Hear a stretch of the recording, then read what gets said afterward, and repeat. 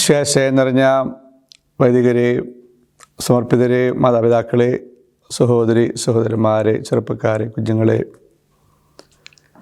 കർത്താവായ മിശിഹായുടെ പിറവി തിരുനാളിൻ്റെ മംഗളങ്ങൾ ഏവർക്കും ഞാൻ ആശംസിക്കുന്നു.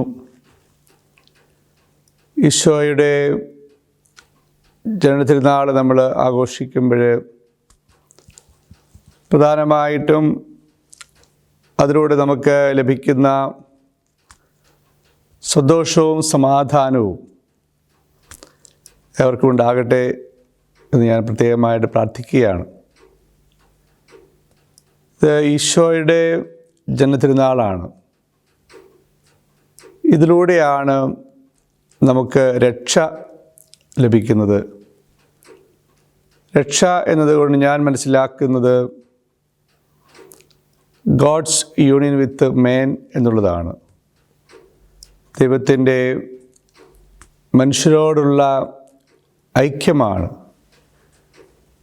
അത് സഭയുടെ പ്രാർത്ഥനയിൽ നമ്മൾ മനസ്സിലാക്കുന്നത് പാപമോചനത്തിലൂടെയാണ്. പാപമോചനത്തിലൂടെയുള്ള രക്ഷ, അതാണ് ഈശോയുടെ ജനനത്തിലൂടെ നമ്മൾ ലക്ഷ്യം വെക്കുന്നത്. അതുകൊണ്ട് തന്നെ ഈശോയുടെ ജനനത്തെ മാത്രമായിട്ട് കണ്ടുകൊണ്ട് നമുക്കൊരിക്കലും ഈ ആഘോഷം നടത്താനായിട്ട് സാധിക്കില്ല. ഈശോ ജനിച്ചത് നമ്മൾ വിശുദ്ധ ഗ്രന്ഥത്തിൽ കാണുന്നുണ്ട്, ബേത്ലഹേമിലാണ്, അപ്പത്തിൻ്റെ ഭവനത്തിലാണ് ഈശോ ജനിക്കുന്നത്. പരിശുദ്ധ കന്യകാമറിയം പിള്ളക്കച്ച കൊണ്ട് പൊതിഞ്ഞ് പുൽത്തൊട്ടിയിൽ ഈ ശിശുവിനെ കിടത്തുകയാണ്. ഈ തിരുവചനം വ്യാഖ്യാനിച്ചുകൊണ്ട് ബെനഡിക്ട് പതിനാറാം പറയുന്നു, പരിശുദ്ധ ഈശോ ഈ പിള്ളക്കച്ച കൊണ്ട് പൊതിഞ്ഞ് പുൽത്തൊട്ടിയിൽ കിടത്തിയിരിക്കുന്നതുകൊണ്ട് തന്നെ അത് ബലിവേദിയിലെ ബലിവസ്തുവാണ് എന്ന്. ബേത്ലഹേമിൽ പരിശുദ്ധ കന്യകാമറിയത്തിൽ നിന്ന് ജനിക്കുന്ന ശിശു അത് ബലിവസ്തുവായിട്ടാണ് നമ്മൾ സ്വീകരിക്കേണ്ടത്. പാപമോചനത്തിനുള്ള പ്രത്യേകമായിട്ട് നമുക്കറിയാം, ലോകത്തിൻ്റെ പാപം നീക്കുന്ന കുഞ്ഞാടായിട്ടാണ് നമ്മൾ സ്വീകരിക്കേണ്ടത്. അതുകൊണ്ട് തന്നെ ഈശോയുടെ ജനനത്തെ മാത്രമാക്കി കണ്ടുകൊണ്ടുള്ള ആഘോഷം അതൊരിക്കലും ഫലം നൽകുന്ന ഒരാഘോഷമല്ല. ഈശോയുടെ മരണം, ഈശോയുടെ ഉത്ഥാനം, ഈശോയുടെ സ്വർഗാരോഹണം, ഇതെല്ലാം ബന്ധിപ്പിച്ചുകൊണ്ടുള്ള ഒരാഘോഷമാണ് നമ്മൾ നടത്തേണ്ടത്. അതുകൊണ്ട് തന്നെ വിശുദ്ധ കുർബാനയിൽ നിന്ന് വേർപെട്ടിട്ടുള്ള ഒരു ക്രിസ്മസ് ആഘോഷം അത് യഥാർത്ഥമായിട്ടുള്ള ഫലം നമുക്ക് നൽകില്ല. സമാധാനവും സന്തോഷവും നമുക്ക് നൽകില്ല. അപ്പോൾ കോംപ്രിഹെൻസീവായിട്ട് ക്രിസ്മസ് ആഘോഷത്തെ സമീപിക്കുവാനായിട്ട് വളരെ പ്രത്യേകമായിട്ട് വിശുദ്ധ കുർബാനയിൽ ക്രിസ്മസ് ആഘോഷിക്കുവാനായിട്ട് നമുക്ക് സാധിക്കട്ടെ എന്ന് ഞാൻ ആത്മാർത്ഥമായിട്ട് ആഗ്രഹിക്കുകയാണ്. അതുപോലെ തന്നെ നമുക്കറിയാവുന്നതുപോലെ ക്രിസ്മസ് വചനം മാംസം ധരിക്കുന്ന വലിയ ഒരു യാഥാർത്ഥ്യമാണ്.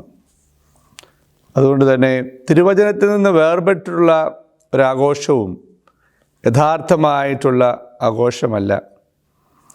പൗലോസ് തിമോഥെയോസിനോട് പറയുന്നുണ്ട്, കർത്താവായ ഈശോ മിശിഹായിലൂടെ രക്ഷ പ്രാപിക്കുന്നതിന് നിന്നെ ജ്ഞാനിയാക്കുന്ന തിരുവചനങ്ങൾ നീ ബാല്യം മുതൽ പഠിച്ചറിഞ്ഞിട്ടുണ്ടല്ലോ. അപ്പോൾ തിരുവചനത്തിലൂടെയാണ് നമ്മൾ ഈശോയുടെ ജനനത്തെക്കുറിച്ച് മനസ്സിലാക്കുന്നത്. തിരുവചനത്തിലൂടെയാണ് ഈശോയിലുള്ള രക്ഷ, മറ്റൊരു നാമവും നമുക്ക് നൽകപ്പെട്ടിട്ടില്ല എന്നുള്ള കാര്യം നമ്മൾ മനസ്സിലാക്കുന്നത്. അപ്പോൾ ക്രിസ്മസിലേക്കുള്ള ഒരുക്കം, പ്രത്യേകിച്ച് ക്രിസ്മസ് ആഘോഷം, അത് തിരുവചനം ശ്രവിച്ചുകൊണ്ടുള്ള ഒരാഘോഷമാവണം.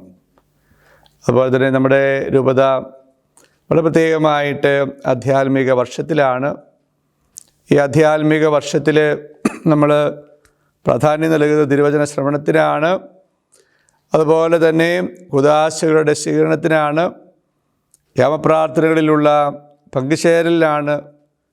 അതുപോലെ തന്നെ നോമ്പിന്, ഉപവാസത്തിന്, പരിഹാരത്തിന്, തീർത്ഥാടനത്തിനാണ്. അതുകൊണ്ട് തന്നെ നമ്മുടെ ആധ്യാത്മിക വർഷത്തിലുള്ള ക്രിസ്മസ് ആഘോഷം അത് തിരുവചനം ശ്രവിച്ചുകൊണ്ട്, കുദാശകൾ സ്വീകരിച്ചുകൊണ്ട്, യാമപ്രാർത്ഥനകളിൽ പങ്കുചേർന്നുകൊണ്ട്, അതുപോലെ തന്നെ നമ്മൾ മനസ്സിലാക്കണം, there is no feasting without fasting. നോമ്പും ഉപവാസവും കൂടാതെയുള്ള ക്രിസ്മസ് ആഘോഷങ്ങൾ യഥാർത്ഥമായിട്ടുള്ള ആഘോഷമല്ല. അത് ക്രിസ്മസിൻ്റെ ഫലങ്ങളായിട്ടുള്ള സമാധാനവും സന്തോഷവും പ്രദാനം ചെയ്യുന്നതല്ല എന്നുള്ള കാര്യങ്ങൾ മനസ്സിലാക്കിക്കൊണ്ട് യഥാർത്ഥ ക്രിസ്മസ് ആഘോഷം നടത്തുവാനായിട്ട് നമ്മുടെ രൂപതയ്ക്ക് സാധിക്കട്ടെ. നമ്മുടെ രൂപതയിൽ എല്ലാവർക്കും സാധിക്കട്ടെ. ഈ രൂപതാദത്തിലുള്ള എല്ലാവർക്കും സാധിക്കട്ടെ എന്ന് ഞാൻ ആത്മാർത്ഥമായിട്ട് ആഗ്രഹിക്കുന്നു, പ്രാർത്ഥിക്കുന്നു. ഒരിക്കൽ കൂടി തിരുപ്പിറവിയുടെ മംഗളങ്ങൾ, അതുപോലെ തന്നെ പുതുവത്സരത്തിൻ്റെ മംഗളങ്ങൾ നിങ്ങൾക്ക് ഞാൻ ആശംസിക്കുന്നു. ഈശോ മിശിഹായിക്ക് സ്തുതിയായിരിക്കട്ടെ.